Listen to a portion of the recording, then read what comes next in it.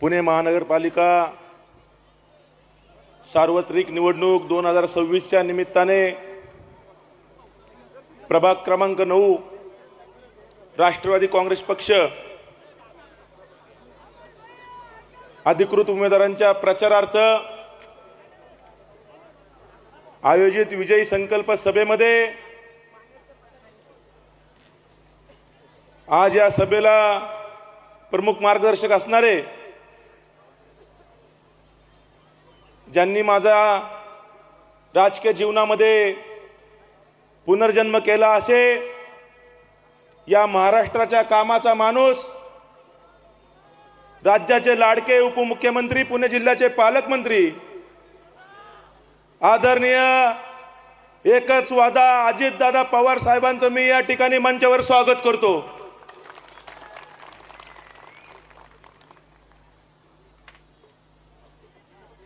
व्यासपीठावर उपस्थित प्रभाग क्रमांक 9 चे उमेदवार गायत्रीताई मेढे कोकाटे, ज्येष्ठ नगरसेवक, माजी स्थायी समितीचे अध्यक्ष आदरणीय बाबूरावजी चांदेरे, पार्वतीताई निमन व मी स्वतः अमोल बालवडकर आपल्या पुढे या ठिकाणी उपस्थित आहे। खरं तर समोर उपस्थित मायबाप जनता, तुमचं असणारं प्रेम, ती ताकद, आशीर्वाद मागील 2-4 दिवसामध्ये जी मला मिळाली, त्यामुळेच मी खऱ्या अर्थाने येथे निर्धाराने भाषण करण्यासाठी उभा आहे। लोक राजकारणात येतात आणि केवळ सत्तेसाठी राजकारण करतात, पण गेल्या 11 वर्षापासून एक सर्वसामान्य कार्यकर्ता, सर्वसामान्य कुटुंबातला एक तरुण आपल्या उमेदीची ऐन 11 वर्ष या समाजसेवेसाठी देतो, राजकारणासाठी देतो, एखादा पक्ष वाढवण्यासाठी देतो, राजकीय महत्त्वाकांक्षा ठेवतो।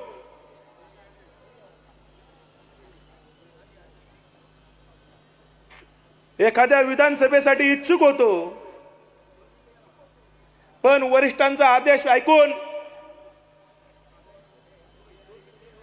त्यांच्या शब्दाला मान देऊन त्या ठिकाणी थांबतो। पक्षाचा उमेदवार 1 लाखापेक्षा जास्त मताने कसा निवडून येऊ शकतो? कारण त्या ठिकाणी एका कार्यकर्त्याने लावलेली ताकद त्या नेत्याच्या मागे उभी केली जाते। आणि गेल्या 1.5 वर्षापासून तो कार्यकर्ता अतिशय बेसावधपणे आपल्याला काहीतरी शब्द दिलाय, तो पाळतील नाही पाळतील, पण कमीत कमी आपल्याला त्यांच्याकडे काहीतरी मागायला जाता तरी येईन या आशेने काम करत राहतो। 1.5 वर्ष होतात, अनेक कार्यक्रमांना ते नेते येतात, चेहऱ्यावरती कणभरी जाणवणार नाही अशी परिस्थिती, असे वागतात आणि ऐन निवडणुकीच्या वेळी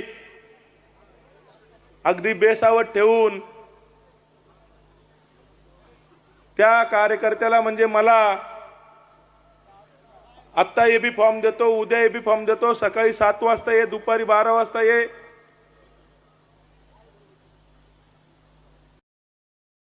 संपूर्ण 11 वर्ष तन मन धन लावून ऐन जवानीची 11 वर्ष, ऐन उमेदीची 11 वर्ष या पक्षासाठी देऊन शेवटच्या 1.5 तास अगोदर त्याचा घात केला जातो, त्याची राजकीय हत्या झाल्याची कळते। तुला एबी फॉर्म द्यायचं नाही असं ठरलंय पक्षाचं। विचार करा, त्या क्षणाला सर्वप्रथम मला कोण आठवलं असेल तर माझे आई वडील आठवले। कारण माझ्या आई वडिलांच्या समोर त्या नेत्याने शब्द दिला होता की तुमच्या मुलाला मोठं करीन, मी त्याच्या पाठीशी उभा आहे. ज्याचा शेवट गोड तिथं सर्वच गोड, आणि हा विषय इथं संपला. आणि एवढा मोठा नेता एका सर्वसामान्य माजी नगरसेवक असणाऱ्या कार्यकर्त्यासाठी एवढं षडयंत्र रचतो. सांगायचं तर तेव्हा सांगायचं ना, हिम्मत होती तर. नसती घेतली माघार, अपक्ष उभा राहिला असतो.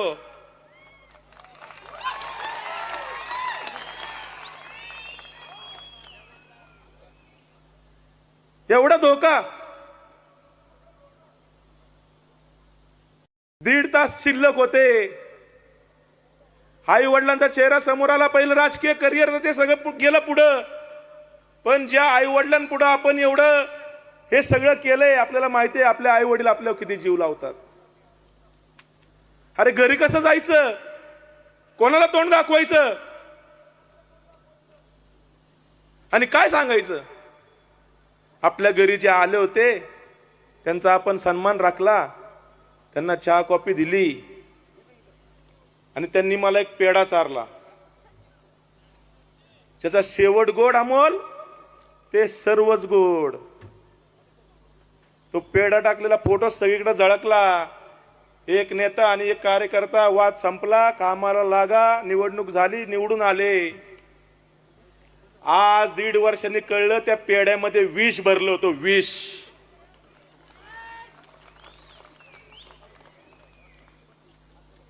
दीड तास शिल्लक होते. त्यात एक फोन वाजला. अजित दादांना तुमच्याशी बोलायचंय. एका क्षणात माझ्या समोर दाटलेला अंधार दूर झाला. एका महाराष्ट्राचा नेता, एका कार्यकर्त्यावरती काय अन्याय होतोय, पुढच्या 5 मिनिटाला त्या नेत्याला कळतं. याच्यावरून विचार करा, ही अजित दादा सारखी ही ताकद म्हणजे महाराष्ट्रामध्ये कशी प्रकारचं काम करते. दादा म्हणले, मला कळालंय तुझ्यावरती अन्याय झालाय. फोनवरती जास्त बोलण्यात वेळ घालवण्यापेक्षा घड्याळ चिन्ह जरी आपलं असलं तरी घड्याळची वेळ आपल्या हातात नाही. तू लवकर ये. त्या ठिकाणी दादांनी माझ्याशी चर्चा केली. आमचे मेहुणे आमदार माऊली आबा कटके तेही त्या ठिकाणी उपस्थित होते. शंकरभाऊ मांडेकर त्याही ठिकाणी उपस्थित होते. आणि खऱ्या अर्थाने त्या ठिकाणी मला पुनर्जन्म मिळाला, राजकीय पुनर्जन्म मिळाला दादा तुमच्यामुळे मला. पण ज्यांनी माझ्या आई वडिलांच्या डोळ्यात अश्रू आणले, त्यांच्या डोळ्यात नाही इथून पुढच्या 4 वर्षे त्यांचे शिल्लक राहिल्यात, नाही त्यांच्या डोळ्यामध्ये अश्रू आणून बदला घेतला, तर हा कार्यकर्ता दाखवणार त्या ठिकाणी. दादा 1.5 वर्ष त्यांनी माझ्यासाठी कटकारस्थान रचलं, पण केवळ 1.5 तासामध्ये तुम्ही ते उलथून लावलं. म्हणजे एक दादा 1.5 वर्ष कटकारस्थान रचतो एक कार्यकर्ता संपवायला, दुसऱ्या बाजूला एक दादा केवळ 1.5 तासात त्या कार्यकर्त्याला पुनर्जन्म देतो. म्हणजे विरोधाभास बघा हा काय आहे. मी या देशाचे पंतप्रधान नरेंद्रजी मोदी यांच्याकडे पाहून राजकीय जीवनामध्ये काम केलेलं आहे. या राज्याचे मुख्यमंत्री देवेंद्रजी फडणवीस यांच्याकडे पाहून काम सुरू केलेलं आहे. पण त्या कार्यकर्त्यासमोर, त्या कार्यकर्त्यासोबत येथील स्थानिक नेतृत्वाने काय अन्याय केला खऱ्या अर्थाने त्या ठिकाणी आपल्या सर्वांना माहिती आहे. ही लढाई कार्यकर्ता विरुद्ध नेत्याची आहे. आणि एक कार्यकर्ता कशा प्रकारे लढतो ते मला या ठिकाणी आपल्या सर्वांना दाखवायचं आहे. 19च्या विधानसभेला सुद्धा असंच झालं. आमच्या मार्गदर्शक मेधाताई कुलकर्णी त्यांचं त्या ठिकाणी तिकीट कापून हे महाशय त्या ठिकाणी आले, मेधाताई बिचाऱ्या रडल्या, त्यांनी हिंमत दाखवली नाही, त्यामुळे ह्यांची हिंमत वाढली आणि आपण काही करू शकतो. एक आमदार पचू शकतो तर एक नगरसेवकाला काय लागतंय करायला? शेवटच्या टप्प्यात तिकीट कट केलं कुठं जाणार आहे? येईल आपल्यापाशी, आपल्या पायाशी. पण त्यांना काय माहिती आहे, राज्यात अजून एक नेतृत्व शिल्लक आहे, अजितदादा पवार.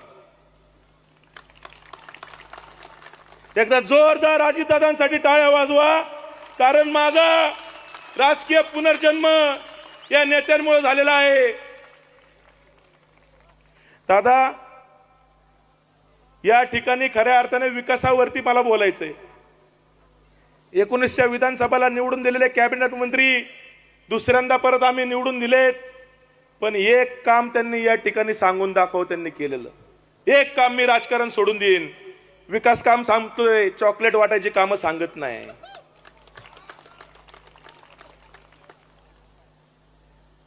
आज या भागामध्ये मागील कोरोना काळामध्ये विकासावर परिणाम झाला.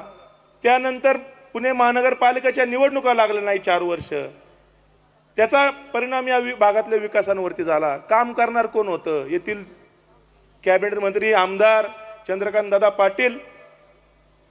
दादा, या ठिकाणी मी आवर्जून 2 विकास कामं तुम्हाला दाखवतो. एका कार्यकर्त्याने ही उभे महाराष्ट्रातील ताज्या बातम्यांसाठी बघत रहा टाइम्स टुडे 18 सोबतच शेअर करा, सबस्क्राईब करा आणि बेल आयकॉन प्रेस करा.